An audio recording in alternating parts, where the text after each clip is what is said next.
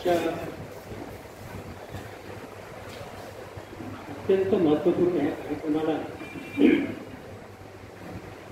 उपस्थित असलेली सर्व मंडळी आणि हा जो कार्यक्रम आहे हा कार्यक्रम या समाजाच्या ज्याला म्हणतो आपण ऐतिहासिक असा कार्यक्रम आहे की आपण कोण आहोत, आपलं अस्तित्व समाजामध्ये काय आहे, कशाकरता आम्ही जगतो आहोत वगैरे वगैरे अनेक असे प्रश्न आहेत आणि त्याची उत्तर करण्यासाठी अस्तित्वाची निर्मिती करण्यासाठी ज्यांनी आम्हाला संधी दिली हा कार्यक्रम आयोजित करण्याची ते आदरणीय डॉक्टर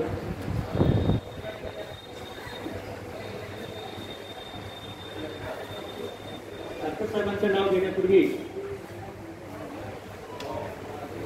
मी त्यांना यावेळी या कार्यक्रमामध्ये हा कार्यक्रम त्यांनी दिला पुस्तक लिहिली त्याच्या 3 वर्षापूर्वी चंद्रपूरला संबंधामध्ये लग्नाला गेलो आणि 3 दिवस माझी मुलगी ॲडव्होकेट मेघा शिंदे आणि माझी फॅमिली आम्ही 3 दिवस त्यांच्याकडे जेव्हा थांबलो त्यावेळी त्यांची वैचारिक गर्भता होती, श्रीमंती होती ती मला त्यावेळी अनुभवायला मिळाली. 1978ला ज्यावेळी फेडरेशनचा अध्यक्ष झालो त्याला पण 50 वर्ष पूर्ण होते. तेव्हापासून उघड्या डोळ्याने मी समाज जो पाहतो आहे, वाघमारे साहेबांनी सांगितलं की याचे सगळे जे प्रश्न आता उरलेले आहेत ते फक्त पोटाचे प्रश्न नाही. सांस्कृतिक जीवन हा तर फार लांबचा पल्ला आहे, पण समाजामध्ये जगते वेळी माणसाचं जे मानवी अस्तित्व आहे ते अस्तित्वहीन असा हा समाज झालेला आहे. स्वातंत्र्याला 75 वर्ष पूर्ण झालेली आहे. याचा पूर्वीचा जर संदर्भ द्यायचा असेल तर मी विद्यार्थी असताना अखिल महाराष्ट्र भोई समाज सेवा संघ नावाचा एक संघ महाराष्ट्रामध्ये काम करत होता. फार प्रगल्भ आणि मोठी मंडळी त्या ठिकाणी होती. हा संदर्भ याच्याकरता देतो आहे की हा जो लढा सुरू झालेला आहे त्या लढ्याला एक वारसा आहे. मी ज्यावेळी कॉलेजच्या 2ऱ्या-3ऱ्या वर्षाला होतो त्यावेळी ज्या संस्थेचा आज मी कार्याध्यक्ष आहे अखिल महाराष्ट्र भारतीय आदिवासी शिक्षण संस्था गराडा, ज्याचे संस्थापक रघुनाथराव मुरस्कोले आणि माजी राज्यमंत्री बाबूराव मडाई त्यांच्या तालमीमध्ये मी जगलो. दुसरा मला जो वारसा मिळाला की माझी जॉईंट फॅमिली जवळजवळ 100-150 वर्षापासून नागपूरला राजघराण्याशी संबंधित, त्यामुळे मला ही चणचण जाणवली नाही की मी ह्या समाजामध्ये जन्मलो. परंतु जेव्हा मला जाण झाली मला ऍक्च्युअल वकील व्हायचं, परंतु वडिलांची इच्छा होती कारण वडील त्यावेळी 4th शिकलेले होते इंग्रजांच्या काळामध्ये, पण तेही चिटणीसांकडे 7 वर्ष नोकरी केली आणि राजघराण्यांचे राजवैद्य असायचे त्या काळात. विदर्भ हा महाराष्ट्र हा मध्य प्रदेशामध्ये होता. त्यावेळी ज्ञाना शुक्ल नावाचे एक वैद्य होते, जे श्रीलंकेचे एमडी होते आणि नागपूरचे जेवढे राजे महाराज होते चिटणीस, बुटी, घटाटे, भोसले वगैरे त्यांचे ते वैद्य डॉक्टर. आणि आजची जशी मेडिकल काउन्सिल आहे महाराष्ट्राची अशी त्यावेळी वैद्यक समन्वय समिती होती, त्याचे ते महाराष्ट्राचे मध्य प्रदेशाचे प्रेसिडेंट होते. ज्यावेळी माझ्या वडिलांना त्यांनी पाहिलं की हा हुशार आहे नक्की, त्यावेळी त्यांनी सांगितलं की तू माझ्या गलीमध्ये राहा. चिटणीसांना सांगितलं का हा हुशार आहे. 7 वर्ष नोकरी केल्यानंतर त्यावेळी वैद्यक समन्वय समितीची त्यांचे जे अधिकार होते त्यावेळी त्यांनी वैद्य विशारद त्यांना एक पदवी बहाल केली की त्या पदवीवर ते असिस्टंट मेडिकल ऑफिसर होऊ शकले असते. म्हणजे मला ती चिंतन जाणवली नाही. ज्यावेळी शिक्षकाला 300 रुपये पगार होता त्यावेळी माझे वडील इंदोर हॉस्पिटलमध्ये पागलांचा दवाखाना होता, 300च्या वर पर डे कमवायचे. पण तो समाजामध्ये ज्यावेळी मी आलो आणि ज्यावेळी पाहिलं त्यावेळी हा मानवीय समाज आहे, हा कशाकरता जन्माला आलेला आहे असे काही प्रश्न माझ्याकडे निर्माण झाले. आणि जे काही शिक्षण घेतलं त्यावेळी पूर्वी निर्माण झाली की स्वतः जगाने नवेसे नव्हतं. जगायचं असेल स्वतःबरोबर आपल्याला समाजाला काय देता येईल हा एक विचार मनामध्ये आला आणि समाजामध्ये आला. विषय तोच आहे, विषय ज्या विषयावर आज मला इथे बोलायला सांगितलं विषय तोच आहे, पण हे समजून घेण्याचा फार महत्वाचा मुद्दा आहे. जे जाणकार लोक आहेत त्यावेळी अखिल महाराष्ट्र भूत समाज सेवा संघाने जी मुवमेंट चालवली त्यामधला मला असं वाटतं त्या वर्किंग कार्यामधला मी एकटाच माणूस जिवंत आहे. कारण महाराष्ट्रामध्ये सगळ्यात वयीन ज्युनियर जर असेल मी एकटाच होतो. आज नागपूरला त्यावेळी बरेच MLC होते. एक नागपूर नावाचा पोरगा एका कॉलेजमध्ये नागपूरच्या संघटनेने ठरवलं की सगळे जेव्हा आपले विद्यार्थी असतील ते आणि सगळे नेते विदर्भातील सगळ्यांची एक मिटिंग बोलवा. त्या ठिकाणी विनाळातला माहीत आहे की MP मेश्राम हे महाराष्ट्राचे डायरेक्टर झाले. तो माझ्या नातामधला कोणीतरी असेल, माहिती डायरेक्टर MA हे होता. म्हणे तू काहीतरी करू शकशील. आणि एक लेनपांडे म्हणून होते जे ॲडिशनल कलेक्टर रिटायर झाले इथल्या गावच्या बाजूचे. त्यांनी मला प्रवृत्त केलं की तुझी वाणी जी आहे ही समाजाला काही देण्यासारखी आहे. विद्यार्थी दशेमध्ये माझं सौभाग्य असं की विद्यार्थी असताना मला साहेब माझ्या पाठीमागे लागले. मला हे कळलं स्तुती म्हणून नाही, जगण्याचा तुम्ही इथे जन्माला आले त्या ठिकाणी प्रत्येक माणूस जरी या धर्तीवर आल्यानंतर पण देशाची अवस्था काय आहे की इथे माणूस म्हणून माणूस जन्माला येत नाही. इथे जात घेऊन जन्माला येतो, वर्ण घेऊन जन्माला येतो आणि त्याचा अभिशाप जो आहे तो अभिशापाच्या आम्ही बळी आहोत. हे पहिल्यांदा आपण समजून घेतलं पाहिजे. आणि हे जिथपर्यंत समजून घेणार नाही तिथपर्यंत त्या शिंदेला जास्त समजते का, वाघमारेला जास्त समजते का, नांदेला जास्त समजते का, ज्यांच्यामुळे आम्ही इथे आहोत डॉक्टर साहेबांना जास्त समजते का? अशा बनण्याची हिंमत आमच्यामधला एखादा माणूस करतो हे दुर्दैव आहे, दुर्भाग्य आहे. आम्ही पहिल्या किंवा दुसऱ्या पिढीतील लोक आहोत की या स्टेजवर येऊन बोलण्याची हिंमत करतो. ते अस्तित्व आम्ही स्वतःच्या मेहनतीने मिळवलेलं आहे. कशा करतात? आम्हाला जे वेदना झाल्या निदान आमच्या येणाऱ्या पिढीला ज्यांना आम्ही जन्म देतो ते माना सन्मानाने जगले पाहिजे. कॉन्स्टिट्युशनल राईट त्यांना मिळाले पाहिजे, मिळवून घेण्याची क्षमता त्यांच्यामध्ये निर्माण झाली पाहिजे. याकरता हे स्टेज आहे. अखिल महाराष्ट्र भूत समाज सेवा संघाच्या त्या मुवमेंटमध्ये 1973 पासून ज्यावेळी जमलं विद्यार्थी दशेपासून तेव्हा ते मग एकोपेशा दिल्लीला जायचे. आम्ही ST नाही, आम्ही STच आहोत यावर चर्चा व्हायची. त्यावेळी आमच्याकडे एकच वकील होते ज्याने मी मोठा भाऊ मानतो, जे मला लहान भाऊ म्हणायचे, ॲडव्होकेट नागपुरे. एक रुमर होता त्यावेळी ज्यावेळी दिल्लीला आम्ही होतो. गरवेजी चाचेकरजी गॅयदेंची सोबत नव्हते, सोबत होते गॅयदेंची पेट गव्हर्नर परदेशी वगैरे हा आमचा ग्रुप होता. त्याच्यामध्ये कमी कमी एकटाच तो महाराष्ट्रात मी जे पाहिलं त्या ठिकाणी परवेजी खासदार होते आपल्याकडे. मनापासून काम करायचं, मनापासून सरकारीत काम करायचं. एक माणूस सगळ्यांना समाधान देऊ शकत नाही. कधी कधी मी त्यांच्यावर टीका करतोय की MCला ज्यावेळी प्रतिनिधीचा प्रश्न पुढे येतो वयाच्या 28व्या वर्षी डॉक्टर शिंदेचं नाव साकूर निर्वाचन केंद्रामध्ये MLA साठी काँग्रेसने पाठवलं. दिल्लीला गेले, महाराष्ट्र काँग्रेससाठी पार्लमेंटची बोलले. सगळे लोक आले पण परवेजी मला नाही. हा नंतरचा भाग आहे. याचा अर्थ परवेजी लहान होता असण्याचा अर्थ नाही. प्रश्न असा आहे की प्रतिनिधित्व लोकशाहीमधलं फार महत्वाचं आहे आणि वर्गव्यवस्थेचा त्याला फार मोठा आधार आहे की त्या समाजाचा माणूस त्याच्या डोक्यामध्ये समाज घुसला आहे, कुंडी घुसलाय, ढिवर घुसलाय, महार घुसलाय, हे घुसलाय, ते घुसलाय. कशाला ही मुवमेंट आम्ही जे सुरू करतो आहोत दिली आहे. एससी समाजाचा माणूस म्हणतोय तुम्ही इथे आमचा हिस्सा घ्यायसाठी कशाला येता? डॉक्टर भूतपतारे साहेबांशी बोलायची हिंमत होणार नाही, डॉक्टर शिंदेशी बोलायची हिंमत होणार नाही. कारण एखादा सामान्य माणूस त्याला म्हणतो की तुम्ही आमच्या हिस्सा बाहेर कशाला येता? हा प्रकार आहे. म्हणजे आम्ही मागासवर्गीय एकच आहोत असं म्हटल्यानंतर थोडं समाधान मिळतं. पण मागासवर्गीयच एक प्रकारचा दुश्मन आहे हे किती लोकांना मिळतं. आणि म्हणून मी सर्वप्रथम माझा कुटुंब, माझा समाज हा ह्या देशामध्ये पहिल्यांदा पुढे येतो. आणि म्हणून 1935ला ज्यावेळी सर्व झालं त्या 35 पासून आपण जर 1950-51 पर्यंत पाहतो तिथपर्यंत आपल्या हिशोबाने होतो.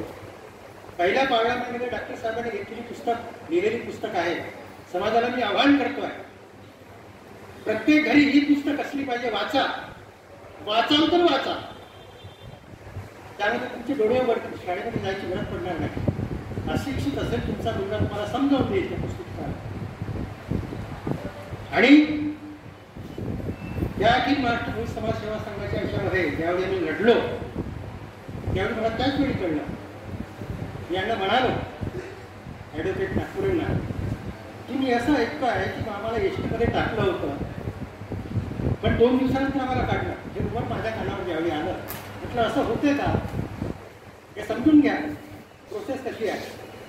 त्यावेळी मी ॲडव्होकेटला म्हणालो की तुम्ही MA LLB आहात, जर्नलिस्ट आहात, तुम्ही म्हणायला पाहिजे.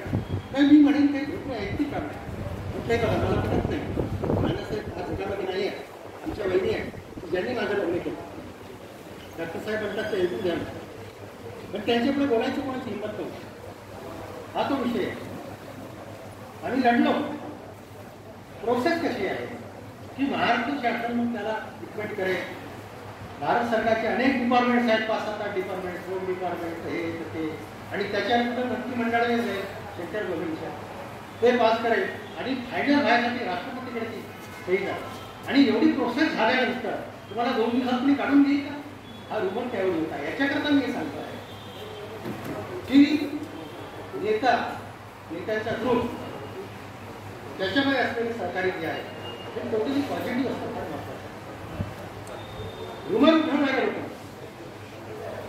आज जे आम्हाला 1935 पासून 1951 पर्यंत होतं, 35 पासूनच भारतीय कॉन्स्टिट्यूशन इम्प्लिमेंट झाली. आणि ज्यावेळी आज इन्फ्लुएन्स करण्याची वेळ येतं आणि ज्यावेळी त्याला न्याय मिळत नाही कारण सरकारमध्ये आपली आपली माणसं नाही आहे, म्हणजे आपली एमटी आहे, कुठलंही सरकार आपलं नाही, प्रतिनिधीच नाही, वर्ण व्यवस्थेची जाती व्यवस्था आहे, तुम्हाला कोण मदत करणार? हा जो मुद्दा आहे 1950 हा मुद्दा आपल्याला स्ट्रॉंग आहे. केंद्र सरकार जरी आपल्या विरोधामध्ये गेलं तरी ज्युडिशरी आपल्या पाठीमागे आहे. 101% आम्ही एसटी आहोत.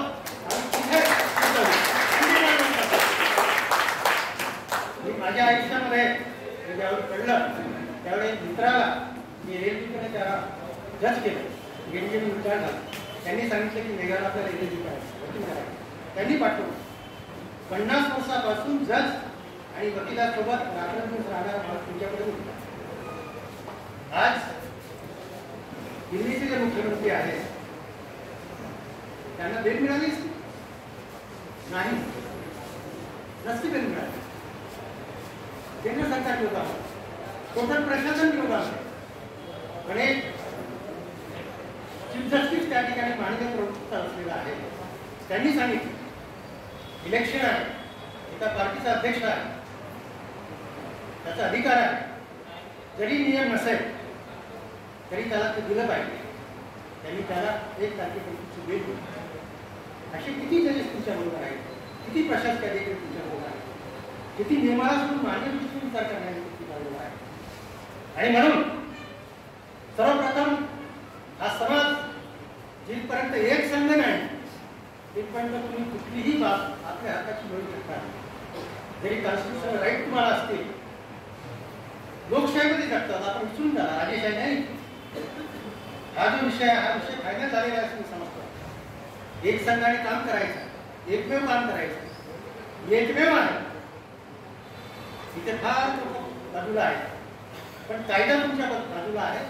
तुम्ही मूळ एससीचे लोक आहात, तुमचा कुणीही वाकडा करू शकत नाही. केंद्र सरकार काय, स्टेट गव्हर्नमेंट काय, केंद्र सरकार काय, सगळ्यांच्या बाजूला गेले.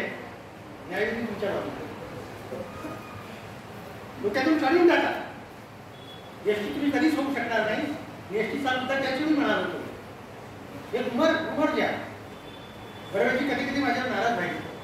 सत्य करा म्हणायची तुम्ही फार अगदी गर्भश्री बघता. त्यांची मला आजही आठवण होत्या.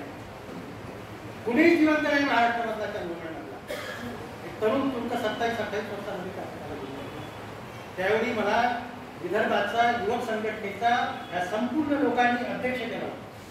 माहित आहे तुम्ही विद्यार्थी होते. ज्यावेळी मी आलो प्रॅक्टिस करायची नाही ठरवलं, बापाची 300 रुपये रोजाची प्रॅक्टिस सोडून दिली. लोक माझ्याकडे यायचे. विद्यार्थी असताना एखाद्या गांधी विद्यालयाचं ज्युनियर कॉलेजचं हे असेल त्यातरी उद्घाटन करायचं. हे मला यावेळी वाटतं की लोक काय मला म्हणतात, नाही म्हणून तुमच्या वाणीमध्ये काही ताकद आहे, तुम्ही काही उद्घाटन करता. समाज करायचं. 1978ला जेव्हा फेडरेशनचा चेअरमन झाला, त्याच्यापूर्वी 27 फक्त 9 मतांनी मला पंचस्मृतीला म्हणलं. पंचस्मृती घ्यायला कारण मी याच्याकडे काही सांगतो आहे की मोठा याचा अर्थ कोणाही आहे, पण समाज कुठे उभा आहे. मला माझ्या फॅमिलीला माझ्या समाजाने 2-3 लोकांनी पाडलं. माझ्या मिसेसला MA BSc B.Ed शिकलेल्या आहेत. त्यांना माझ्या समाजाच्या लोकांनी पैशासाठी दारूसाठी पैसे नाही दिले म्हणून त्यांना पाडलं. प्रकाश आंबेडकरांनी त्या काळामध्ये प्रजालय फिरणारा होता, ते आले त्यावर काँग्रेसची तिकीट दिली. हा मी समाज पाहिला. समाज कुठे उभा? जर आम्ही आपल्याला समजत नाही काय समजणार. हे स्टेज फार महत्वाचं स्टेज आहे. बुद्धिवंताचं स्टेज आहे, दिशा देणारा स्टेज आहे, दिशा देणारा आजचा विषय. आणि म्हणून आम्ही होतो, आम्ही ते होतो, हे सगळं विसरून जा. याच्यावर अनेक लोक बोलणारे आहेत. अत्यंत मला आदराचं स्थान माझ्या जीवनामध्ये पहिल्यांदा मिळालं असेल. प्राध्यापक दूध बचार आहे.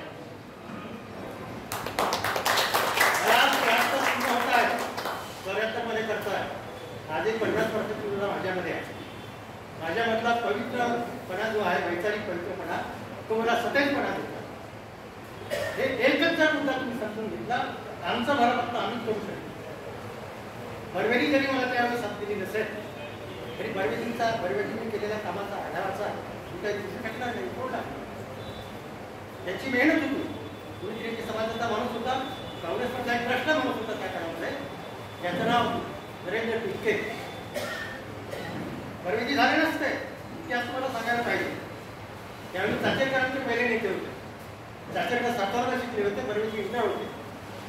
त्यावेळी त्यांनी सांगितलं विराटला तुमच्या टिटकेने, त्यावेळी चाचेकर किती इमानदार माणूस साहेब म्हणे आमच्याकडे शिकले जाईल माणूस आहे. नगर परिषदेचा अध्यक्ष राहिलेला आपण त्यालाही म्हणू का माझं समर्थन आहे का असा म्हणणारा माणूस आज मिळेल का? नाही मिळणार. त्यावेळी मला आठवण झाली की मी ज्यावेळी 1980ला मला MLA साठी महाराष्ट्र काँग्रेसला चालवले, मला आणि कटकवरला पाठवलं दिलेला. माझ्यासमोर माझा जो मित्र होता रिटायर्ड झाला, त्याला मी शिकवलं. सगळे काँग्रेसी लोक तिथे होते. त्यांनी मला सांगितलं तुम्हाला हे मिळू शकतात. आज इथे कमीत कमी 5 MLA आले असते. एक लहानशी चूक काय करून जातात, चुका झाल्या. याच्याकरता मी हे सांगतो आहे की करायचं असेल तर चांगलं काम करा, सहकार्य करा, वाईट काम करू नका. त्याचा आपल्यावरही वाईट परिणाम होतो आणि आपला ऐकणारी जी नवीन जनरेशन आहे ती चांगली घडत नाही. त्यांच्यापुढे चांगलं ठेवा. अन्न जर चांगलं खाल्लं तर रक्त चांगलं मिळते, माणूस चांगला मिळतो. याकरता मला हे सांगायचं आहे की हा जो विषय आहे हा ह्या समाजाच्या जीवन मार्गाचा प्रश्न आहे. कदाचित कुणाला असं वाटत असेल की आम्ही यशी आहोत का, तुम्ही कुठे आहात हे पण तुम्हाला विचारतो, तुम्ही कोण आहात हे विचारता. परंतु आम्ही जिथे अडलेलो आहोत या ठिकाणी ह्या व्यवस्थेने आपल्याला अडवलेला आहे. या ठिकाणी नॅचरल रिसोर्सेस जे आहेत ते ब्राह्मणांचेच नव्हते, याच्यावर हक्क आमचा सुद्धा होता. पण याचं वितरण जे होतं व्यवस्थेने आपल्याकडे घेतलं आम्हाला काहीच नाही दिलं म्हणून आमच्या पिढ्या दारोदार पडल्या. म्हणून हा जो आरक्षणाचा मुद्दा आहे, जर आम्ही एस मध्ये आलो तर आम्हाला सेंट्रल गव्हर्नमेंटचं आरक्षण मिळेल. कदाचित आमचे पोरं जे आहेत, हा हुशार कोम आहे. माझ्या मुलीवरनं सांगतो, 17 वर्षाची माझी मुलगी LLBच्या 12वी नंतर 5 वर्षाच्या कोर्सला गेली. 18व्या वर्षी तिने देशाचं नेतृत्व केलं. चीनमध्ये देशाचं नेतृत्व केलं. हे सांगते मी काही नाही, पण समाजाचा एकही संघटन तिच्या सत्काराला आला नाही. त्यावेळी तिथून आली युनिव्हर्सिटीने तिच्या सत्कारासाठी राज्यपालाला बोलावलं. युनिव्हर्सिटी हॉलमध्ये तिचा सत्कार केला. ब्राह्मण 10 आले माझ्या भेटीसाठी माझ्याकडे, पण समाजाचा एकही माणूस आला नाही. समाज कुठे उभा? अरे आपल्या लाडल्यांची तर कमीत कमी तुम्ही कदर करा. आणि जो आपल्या लाडल्यांची कदर करत नाही तो दुसऱ्यांची काय कदर करणार? समाज काय कदर करणार? हे प्रतिभा जी आहे, हे प्रतिभेची कदर करायला शिका. हा समाज नाही शिकतो आणि म्हणून आज आपल्याला ही अवस्था आहे. ह्या विषयाने फक्त या संदर्भामध्ये एकच मी बोलेन, ह्या विषयावर अनेक लोक बोलणारे आहेत. एक संघ व्हा. ज्या ठिकाणी पॉझिटिव्हिटी समाजाच्या उत्थानाचा मार्ग आहे, कास्ट विक्लिनर असो, समाजाला मिळणाऱ्या योजना असो, भंडारा जिल्ह्यामध्ये ते चांगली मंडळी असलेल्या संघटनेची ही जी घरकुलाचा प्रश्न जो होता, ही सगळे लोक कलेक्टरला भेटली. कलेक्टरला भेटताबरोबर तो जिल्ह्याचा प्रमुख आहे, कॉन्स्टिट्युशनची आहे, तो नोकर नाही आहे, कॉन्स्टिट्युशन इम्प्लिमेंट करतो आहे, सगळे अधिकारी. आज जवळजवळ 700 घरात मंजूर झाली. पूर्ण नाही मिळाली, पण 100-200 तर मिळाली. संघटना काय असते, समाज एक असल्यानंतर काय होऊ शकतो त्याचे एक दाखल आहे. आणि म्हणून हा जो विषय आहे, तुमच्या अस्तित्वाचा विषय आहे. SC मध्ये गेला उद्या तुम्हाला SCचे रिझर्वेशन आहे, MLAचं, खासदारकीचे रिझर्वेशन आहे, जिल्हा परिषदचे रिझर्वेशन आहे, सरपंचाचे रिझर्वेशन आहे, अनेक रिझर्वेशन्स आहेत. त्या ठिकाणी एक फायदा निश्चित आपला होईल. तो पण मी बोलतो आहे, SC मध्ये जर हा समाज गेला पहिल्यांदा तुमचाच विचार होता. आज आमचा MP नाही तुम्ही त्यामुळे पुण्याला तुम्ही सांगितलं किती संख्या, 12% संख्या. हा मुद्दा मी 50 वर्षापासून बोलतोय, जेव्हापासून माझ्या होता विषय आहे. हा एकच मुद्दा बोलतोय की लोकशाहीमध्ये जीपर्यंत त्या समाजाला रिप्रेझेंटेशन नाही त्याचे प्रश्न ठेवणार कोण? जातीयतेने वर्णव्यवस्थेने भरभटलेला समाज आहे. किती MA PhD डिग्री नसेल तरी पण तो तिथून निघालेला नाही. अनेक लोक पाहतात, मला लोक विचारतात तुमच्या रिसर्चचा सब्जेक्ट काय होता? म्हटलं मला PhD समजतो. हो नाही साहेब, PhDचे लोक विचारतात. मला आश्चर्य वाटतं. म्हणजे तो इम्पॉर्सन नाही, पॉर्सन समाज. तुम्हाला इम्पॉर्सन राहायचं, फ्री व्हायचं. आणि फ्री होऊन ज्यावेळी विचार करा तर लोकशाहीमध्ये आपलं कर्तव्य काय, समाजाचं कर्तव्य काय. मी, माझं कुटुंब, माझा समाज एका विचाराने एका मताने या समाजाच्या उत्थानासाठी विचार करूया, संघर्ष करूया. हा एकच जो मुद्दा आहे, हा तुमच्या उत्थानाचा मार्ग आहे. आपण मला बोलावला, मला जो विषय दिला याच्यावर फार बोलण्यासारखं बरेच बोलण्यासारखे. धन्यवाद. धन्यवाद. समाजातील वेठा आपण इथे मांडला. तर एक महत्वाची सूचना, अल्पोपहाराची व्यवस्था बाजूला केलेली आहे.